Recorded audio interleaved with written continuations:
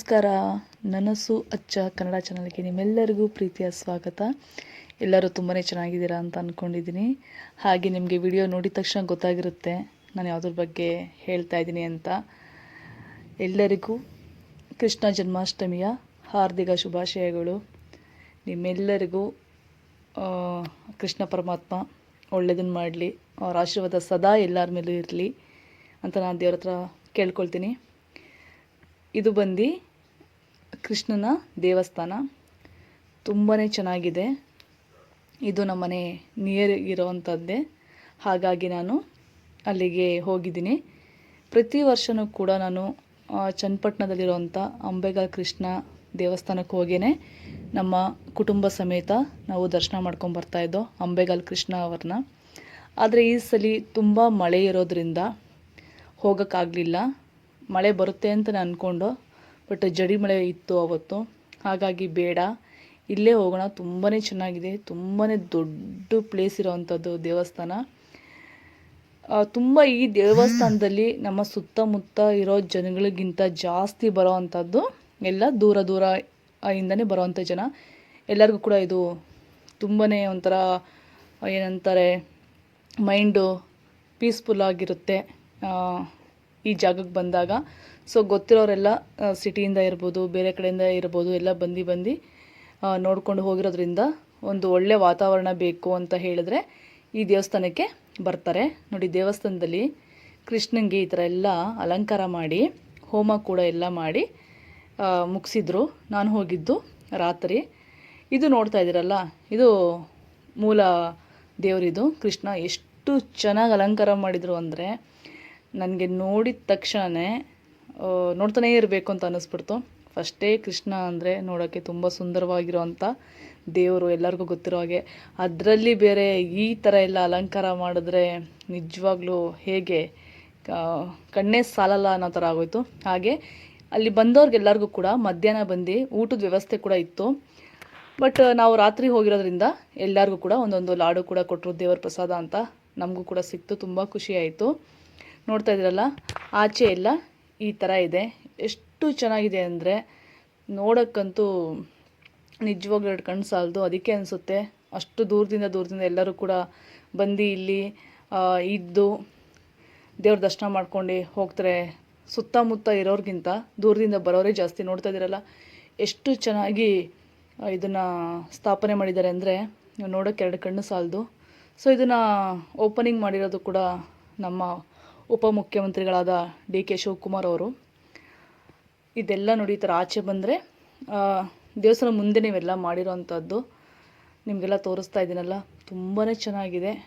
ಸಾಧ್ಯವಾದರೆ ಒಂದು one day trip ಅಂತಲೂ ಕೂಡ ಹೇಳ್ಬೋದು. ಭಾನುವಾರದೊತ್ತು ಬಂದು ಈ ಥರ ಎಲ್ಲ ನೋಡ್ಕೊಂಡು ಹೋಗ್ಬೋದು. ತುಂಬ ಅಂದರೆ ಅಷ್ಟು ಚೆನ್ನಾಗಿದೆ ಕೃಷ್ಣ ದೇವಸ್ಥಾನ. ಹಾಗೆ ಪಕ್ಕದಲ್ಲಿ ನಿಮಗೆ ಕೆರೆನೂ ಕೂಡ ಇದೆ, ಪಕ್ಕದಲ್ಲೇ ಇದೆ ನಿಮಗೆ ಕೆರೆ. ಅಲ್ಲಿ ಕೂಡ ನಿಮಗೆ ಕೋಡಿ ಹರಿತಾ ಇತ್ತು. ಈಗ ಮಳೆ ಟೈಮ್ ಇರೋದರಿಂದ ಕೋಡಿ ಕೂಡ ಹೋಗ್ತಾ ಇತ್ತು. ಇದು ನೋಡಿದಿರಲ್ಲ, ಇದು ಬಂದು ನಾಗರಕಟ್ಟೆ ಮಾಡಿದ್ದಾರೆ ಮೇಲೆ. ಅದು ಕೂಡ ಕೃಷ್ಣ ಜನ್ಮಾಷ್ಟಮಿ ಇರೋದ್ರಿಂದ ಲೈಟಿಂಗ್ಸ್ ಎಲ್ಲ ಹಾಕಿ ತುಂಬ ಚೆನ್ನಾಗಿ ಅದ್ಭುತವಾಗಿ ಅಲಂಕಾರ ಮಾಡಿದ್ದಾರೆ. ಸೊ ನಿಮ್ಗೆಲ್ಲರಿಗೂ ತೋರಿಸೋಣ ಅಂದ್ಬಿಟ್ಟು ನಾನು ಇದೊಂದು ವಿಡಿಯೋನ ಮಾಡ್ಕೊಬಂದೆ. ಎಷ್ಟು ಚೆನ್ನಾಗಿದೆ ನೋಡಿ ವಾತಾವರಣ. ಈ ಥರ ವಾತಾವರಣದ ಮಧ್ಯೆ ಕೃಷ್ಣ ಪರಮಾತ್ಮನ ಒಂದು ದೇವಾಲಯ ಇರೋವಂಥದ್ದು ಎರಡು ಕಣ್ಣು ಸಾಲಲ್ಲ. ನಾವು ಯಾಕಂದರೆ ಯಾವಾಗಲೂ ಪ್ರತಿದಿನ ಅದೇ ರೋಡಲ್ಲಿ ನಾವು ಟ್ರಾವೆಲ್ ಮಾಡ್ತಾ ಇರ್ತೀವಿ. ಬಟ್ ಕೃಷ್ಣ ಜನ್ಮಾಷ್ಟಮಿ ದಿನ ಒಳಗಡೆ ಹೋಗಿ ತುಂಬ ಅದ್ಧೂರಿಯಾಗಿ ದರ್ಶನ ಮಾಡ್ಕೊಂಬರ್ತೀವಿ. ನೋಡಿ, ಈ ಥರ ಮಾಡಿದ್ದಾರೆ ಸ್ಥಾಪನೆ ನಾಗರದು. ಇದು ಹೊಸ್ದಾಗಿ ಮಾಡಿರೋವಂಥದ್ದು, ತುಂಬಾ ಚೆನ್ನಾಗಿದೆ. ನಿಮ್ಮೆಲ್ಲರಿಗೂ ಈ ವಿಡಿಯೋ ತುಂಬಾ ಇಷ್ಟ ಆಗುತ್ತೆ. ಯಾರೆಲ್ಲ ನನ್ನ ಚಾನಲ್ನ ಸಬ್ಸ್ಕ್ರೈಬ್ ಮಾಡ್ಕೊಳ್ದೆ ಹಾಗೆ ನೋಡ್ತಾ ಇದ್ದೀರೋ, ದಯವಿಟ್ಟು ನನ್ನ ಚಾನಲ್ನ ಸಬ್ಸ್ಕ್ರೈಬ್ ಮಾಡ್ಕೊಂಡು ನೋಡಿ. ನಮಗೂ ಕೂಡ ಒಂದು ಪ್ರೋತ್ಸಾಹ ಸಿಗುತ್ತೆ ವಿಡಿಯೋಗಳನ್ನ ಮಾಡೋದಕ್ಕೆ. ನಿಮ್ಮ ಪ್ರೋತ್ಸಾಹ ಇದ್ರೇ ನಾವು ಈ ಥರ ಒಂದು ಒಳ್ಳೊಳ್ಳೆ ವಿಡಿಯೋಗಳನ್ನ ಮಾಡಿ ನಿಮಗೆಲ್ಲರಿಗೂ ತೋರ್ಸೋಕ್ಕೆ ಸಾಧ್ಯ ಅಂತ ನಾನು ಅಂದ್ಕೊಂಡಿದ್ದೀನಿ. ನೋಡಿ, ಇದು ಬಂದು ನಾನು ಹೇಳಿದ್ನಲ್ಲ ನಿಮಗೆ, ಪಕ್ಕದಲ್ಲಿ ಕೆರೆ ಇದೆ, ಅಲ್ಲಿ ಕೋಡಿ ಹೋಗ್ತಾ ಇರುತ್ತೆ ಅಂತ. ಅಲ್ಲಿಗೆ ಬಂದು ಹೋಗ್ತಾ ಇದ್ದೀವಿ. ಅದು ಕೂಡ ಒಂದು ಕ್ಲಿಪ್ಪಿಂಗ್ ತೊಗೊಂಬರೋಣ ಅಂತ. ಆದರೆ ನನ್ನ ಮಗಳಿರೋದ್ರಿಂದ ಜೊತೇಲಿ ತುಂಬಾ ತುಂಟಿ ಅವಳು. ಹಾಗಾಗಿ ನನ್ನ ಮಗಳು ತುಂಬ ತುಂಟಿ ಇರೋದ್ರಿಂದ ಅಲ್ಲಿಗೆ ಹೋಗೋಕ್ಕೂ ಕೂಡ ನಂಗೆ ಭಯ ಆಗ್ತಾಯಿತ್ತು. ಯಾಕಂದರೆ ಇಷ್ಟೇ ನೋಡಿ, ಇಷ್ಟೇ ಇರೋದು ಕಾಂಪೌಂಡಲ್ಲಿ. ಸೊ ಮಕ್ಕಳಿಗೆಲ್ಲ ಅಲ್ಲೆಲ್ಲ ಕರ್ಕೊಂಡು ಹೋಗೋದು ಅಷ್ಟು ಸೇಫ್ ಅಲ್ಲ ಅಂತ ಅನಿಸುತ್ತೆ. ನಾನು ಹೋಗಿದ ತಕ್ಷಣ ನೋಡಿದೆ, ಬಟ್ ಅದು ಸೇಫ್ ಅಲ್ಲ ಅಂತ ಅನ್ನಿಸ್ತು. ಹಾಗಾಗಿ ನಾನು ಒಂದು ಸೆಕೆಂಡ್ ಕೂಡ ಅಲ್ಲಿ ನಿಂತ್ಕೊಳ್ಳಿಲ್ಲ. ಬೇಡ ಅಂತ ನನ್ನ ಹಸ್ಬೆಂಡಿಗೆ ಹೇಳಿ ನಾನು ವಾಪಸ್ ಕರ್ಕೊಂಡ್ಬಿಟ್ಟೆ. ನೋಡ್ತಾ ಇದ್ರಲ್ಲ, ಪಕ್ಕದಲ್ಲೇ ಕೋಡಿ ಹೋಗ್ತಾ ಇರೋವಂಥದ್ದು. ಅದ್ರ ಪಕ್ಕನೇ ಇದೆ ಕೆರೆ. ನಿಮಗೆ ಬೆಳಗ್ಗೆ ಹೊತ್ತು ನೋಡಿದ್ರೆ ತುಂಬಾ ಚೆನ್ನಾಗಿ ಕಾಣುತ್ತೆ. ನಾನು ಹೇಳ್ದಾಗೆ ಅಲ್ಲೇ ನಾವು ತಿರ್ಗೋದ್ರಿಂದ ನಮಗೆ ಡೈಲಿ ಅಭ್ಯಾಸ ಆಗಿದೆ. ಇಷ್ಟು ಚೆನ್ನಾಗಿದೆ ಅಂದರೆ ನಾನು ಎತ್ಕೊಂಡೆ ಕೂಡ ಅವಳಿಗೆ, ಬೇಡ ಬಾ, ಯಾಕೆ ಬೇಕು, ನೈಟ್ ಬೇರೆ ಆಗಿತ್ತು. ಅವಳು ಬೇರೆ ತುಂಬ ಮುಂದೆ ಹೋಗಿ ನೋಡ್ತೀನಿ ಅಂತ ತುಂಬಾ ಹಠ ಮಾಡ್ತಾಯಿದ್ಲು ಅವ್ರ ಅಪ್ಪನ ಹತ್ರ. ಬಟ್ ನನಗೆ ಆ ಥರ ಪ್ಲೇಸಲ್ಲೆಲ್ಲ ನಾನು ಆಚೆಗಡೆ ಹೋದ್ರೇ ಮಕ್ಕಳಿಗೆ ತುಂಬಾ ಕೇರ್ ಮಾಡ್ತೀನಿ, ತುಂಬ ಸೇಫಾಗಿ ನಾನು ನೋಡ್ಕೊಳ್ತೀನಿ. ಯಾಕಂದರೆ ಮಕ್ಕಳಿಗೆ ಇರೋದ್ರಿಂದ ಅವ್ರಿಗೇನು ಗೊತ್ತಾಗಲ್ಲ ಪಾಪ. ನಾವು ಅದನ್ನು ತುಂಬಾ ಕೇರಾಗಿ ನೋಡ್ಕೋಬೇಕು. ಒಂದು ಚೂರು ಕೂಡ ನಾವು ಏಮಾರಕ್ಕೆ ಹೋಗ್ಬಾರ್ದು. ನೋಡಿ, ಇದು ಬಂದು ಮೂಲ ದೇವರು ಕೃಷ್ಣ ಪರಮಾತ್ಮಂದು. ಹೇಗಿದೆ ಅಂತ ನನಗೆ ತಿಳಿಸಿ. ನನಗಂತೂ ಸಿಕ್ಕಾಬಡೆ ಇಷ್ಟ ಆಗ್ಬಿಟ್ರು. ಅಷ್ಟು ಚೆನ್ನಾಗಿ ಅಲಂಕಾರ ಮಾಡಿದರು. ಹಾಗೆ ಅಲ್ಲಿ ಪಾಂಡುರಂಗನ ಭಜನೆ ಕೂಡ ನಡೀತಾ ಇತ್ತು. ಇವರು ಭಜನೆ ಕೂಡ ಮಾಡ್ತಾಯಿದ್ರು. ಸೊ ಹಂಗಾಗಿ ಅದನ್ನು ಕೇಳಿಸ್ಕೊಂಡು ಸ್ವಲ್ಪ ಹೊತ್ತು ನಾವು ಅಲ್ಲೇ ನಿಂತಿದ್ದು. ಬಟ್ ಅದೇ ಹೇಳಿದಾಗೆ ನಿಮಗೆ ಅಲ್ಲಿ ವಾಪಸ್ ಹೋಗೋಕ್ಕೆ ಮನಸ್ಸಾಗ್ತಾರಿಲ್ಲ. ಅಷ್ಟು ಚೆನ್ನಾಗಿ ದೇವರಿಗೆ ಅಲಂಕಾರ ಮಾಡಿದ್ದಾರೆ. ದೇವ್ರ ಮೈ ತುಂಬಿಕೊಂಡಿದ್ದಾರೆ. ಕೃಷ್ಣ ಅಂದರೆ ಯಾರಿಗೆ ತಾನೇ ಇಷ್ಟ ಆಗಲ್ಲ.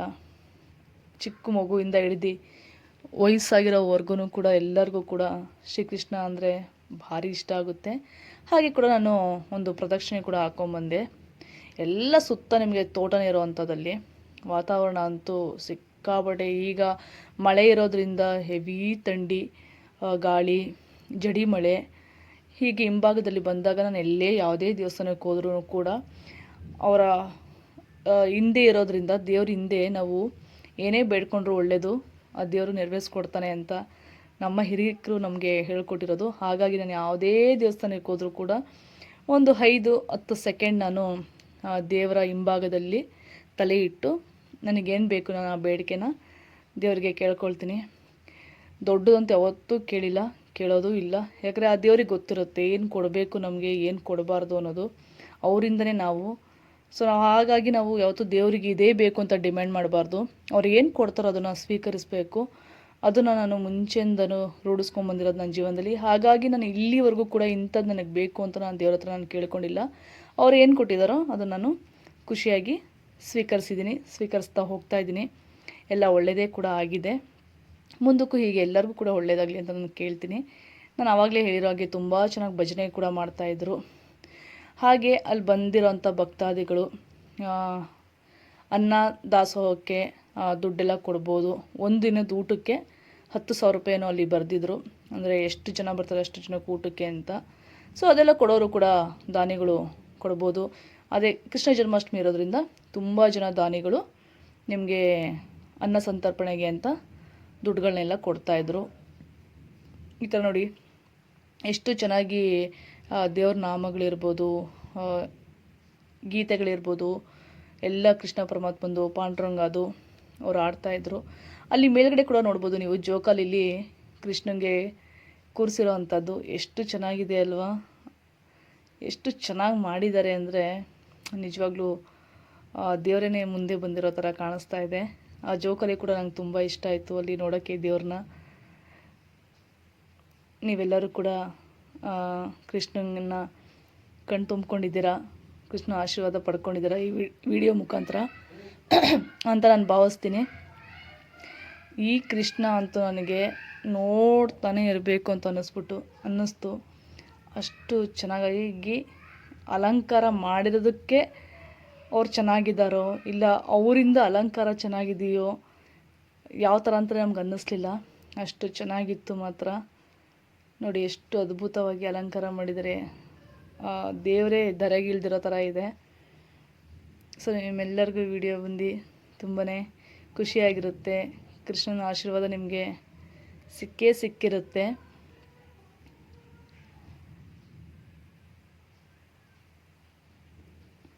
ಎಲ್ಲರೂ ಕೂಡ ಕೃಷ್ಣ ಜನ್ಮಾಷ್ಟಮಿನ ಬೇರೆ ಬೇರೆ ಥರ ಅವ್ರಿಗೆ ಹೇಗೆ ಅನುಕೂಲನೋ ಆ ಥರ ಆಚರಣೆ ಮಾಡಿರ್ತಾರೆ. ಸೊ ನಾವು ಪ್ರತಿ ವರ್ಷ ನಾನು ಆವಾಗಲೇ ಹೇಳಿರೋ ಹಾಗೆ ನಾವು ಮನೆಯಲ್ಲಿ ಪೂಜೆ ಮಾಡಿ ಅಂಬೇಗರ ಕೃಷ್ಣಂಗೆ ಹೋಗಿ ಆಶೀರ್ವಾದ ತೊಗೊಂಬರ್ತಾಯಿದ್ದೋ. ಈ ಸಲ ಇಲ್ಲೇ ನಮ್ಮ ಮನೆ ಹತ್ರ ಇರೋವಂಥ ಹತ್ತಿರದಲ್ಲಿ ನಾವು ಕೃಷ್ಣನಿಗೆ ದರ್ಶನ ಮಾಡ್ಕೊಂಡು ಬಂದಿದ್ದೀವಿ. ಖುಷಿ ಆಯಿತು, ನಮಗೆ ತುಂಬಾ ಖುಷಿ ಆಯಿತು.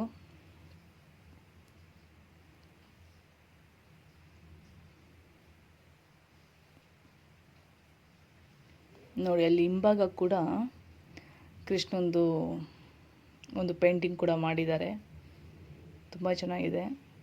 ಇಡೀ ಅದು ಏನಿದೆ ದೇವಸ್ಥಾನ ಅಷ್ಟು ದೊಡ್ಡ, ಎಷ್ಟು ಎಕರೆಯಲ್ಲಿ ಅದು ಕಟ್ಟಿರೋ ಅಂಥದ್ದು, ಅಷ್ಟು ಕೂಡ ಲೈಟಿಂಗ್ನ ಹಾಕಿ ಡೆಕೋರೇಷನ್ ಮಾಡಿಸಿದ್ರು. ತುಂಬಾ ಚೆನ್ನಾಗಿದೆ, ಆಚೆಗಡೆಯಿಂದ ನೋಡೋಕ್ಕೇ ಅಷ್ಟು ಚೆನ್ನಾಗಿದೆ ಅಲ್ಲಿ.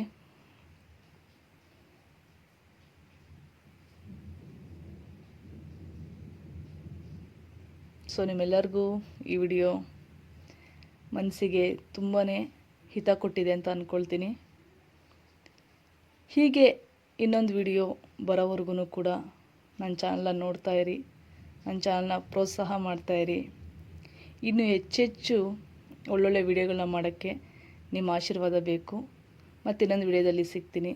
ಅಲ್ಲಿವರೆಗೂ ನನ್ನ ಎಲ್ಲ ಸ್ನೇಹಿತರಿಗೆ ತುಂಬ ಹೃದಯದ ಧನ್ಯವಾದಗಳು, ಹಾಗೆ ನಮಸ್ಕಾರ.